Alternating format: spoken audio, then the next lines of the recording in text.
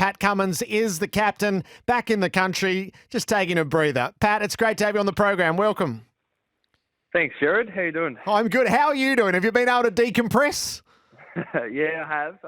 Managed to have a week holiday after the Ashes, so I've feel suitably rested and good to be back home. Did you need it? It looked pretty intense from afar.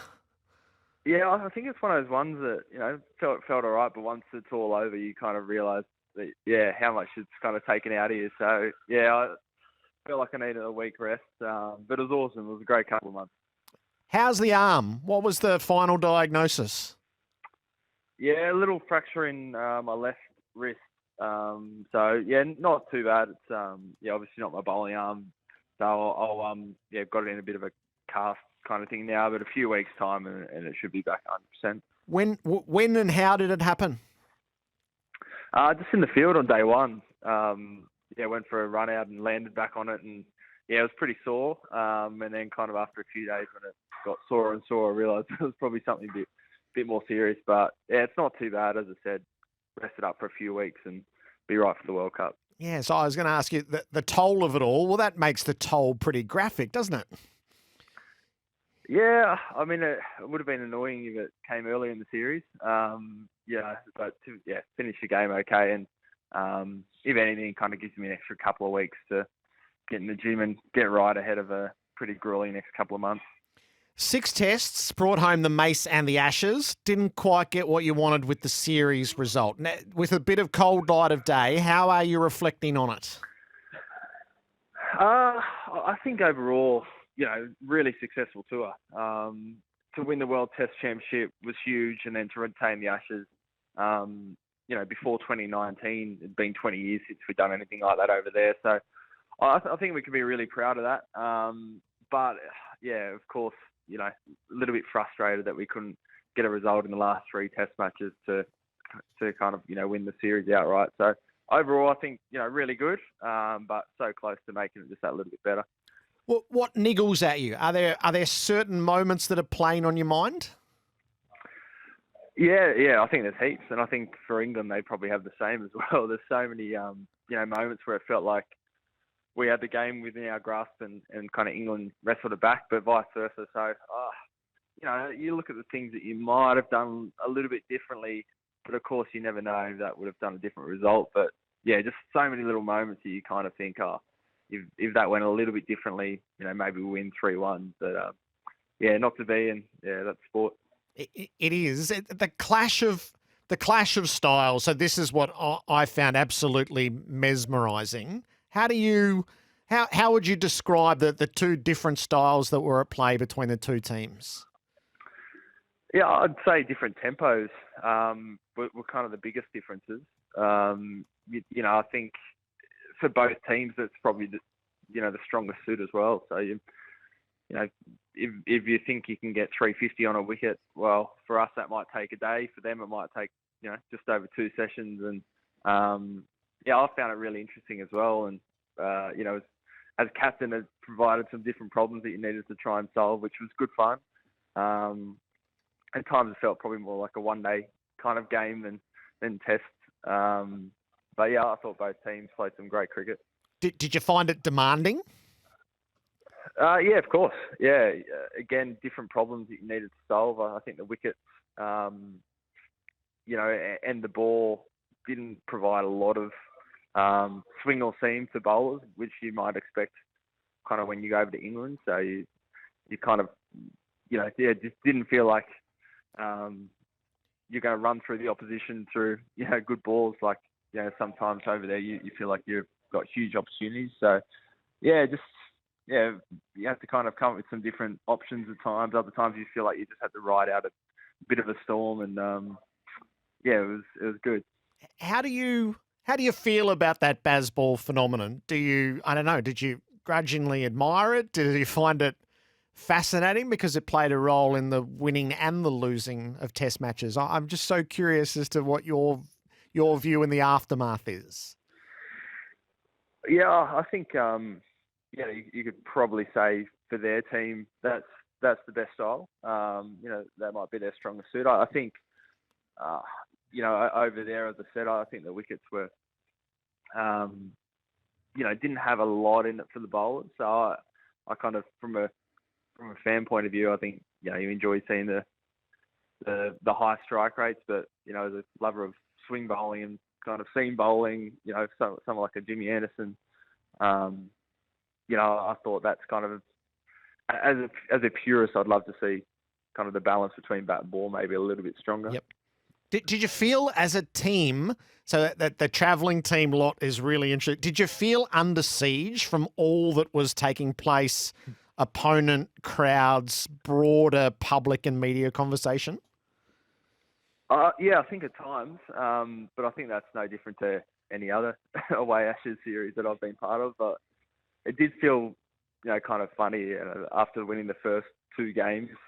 The narrative felt like it had shifted away from the actual scoreline, which is probably a bit different to what I've felt in the past. But it was good. You felt like you're in the middle of an Ashes series, and that's what you kind of hope. And I know they probably feel that when they come out to Australia. What are you? So there are kerfuffles along the way, some more serious than others, I imagine. But not being able to come together as two teams to have a drink at the end, was that unsatisfactory? Really? Oh, it would have been good. I know that's one of, we kind of said at the time, it's actually one of the great things of a hard-fought series is coming together and you share stories and you hear, different insights from the other team. We always love doing it. So, yeah, it was a shame we couldn't get together.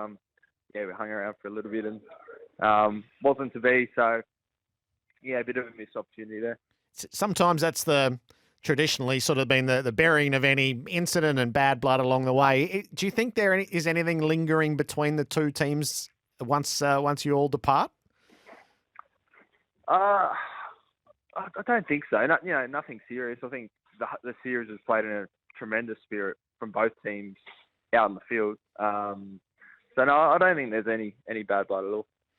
Feels like we lived the highs and the lows of it for you as captain. A signature moment in the first test, both with ball and bat, and then I can't remember if this is second. No, the fourth test. Those who thought your time as captain was done, that felt like the absolute extremes of the position, didn't it? Yeah, that's and I think that's an important lesson to not get too caught up in. Either the highs of the first win being the, greatest thing ever, or the, one loss being the worst thing ever. It's, reality is probably somewhere in the middle. But that's part of the role. That's part of being a sports person. You're out there, you play in front of crowds, and everyone's going to have their different thoughts. Which, you play long enough, you're going to see both sides of it. What do you think you'll most remember from the Odyssey, Pat? I think, World Test Championship, that was a big moment. And I think with time we might look back at that and realise, just how special that was. But, I think, the Lord's Test sticks out to me. Just the emotion around that. And, probably on a personal note, that first win at Birmingham was really special. But, I think overall, it was a great tour. We, as a team, had a lot of fun. I've given you about six memories there. Yeah, and that'll chime with a whole lot of people. All right, so the pub debate for every generation to come will be, did it turn with the run out of Bairstow? And should Pat Cummins have called Bairstow back and not altered the course of the public sentiment around it? If you had your time over, you comfortable with how that unfolded? Yeah, for sure. Yeah, no, absolutely. For me, that was very black and white. The World Cup is next. I noticed Ben Stokes is out of, I think we could probably call it recess rather than retirement. So he's going to be part of that for England. So you won't be too far away from resuming acquaintances. Yeah, not sure. So, if that's the case, I wouldn't be overly surprised. But, you want the best players playing in a World Cup. So, if he is, that's good to hear. So October, November, when will that start to really occupy your mind in preparations? Yeah, it's started to shift there now. So the T20 team leaves next week and the ODI team a week or so after over to South Africa. So we've got five matches over there and then a few in India before the World Cup. So, it's all going to start shifting towards that soon, which is really exciting. And it's a slightly different group to the Ashes group, so a bit of fresh energy, and we'll be chomping at the bit. And Pat, part of your duties today was to unveil an official technology partner for Cricket Australia, so HCL Tech. Tell us about today's announcement.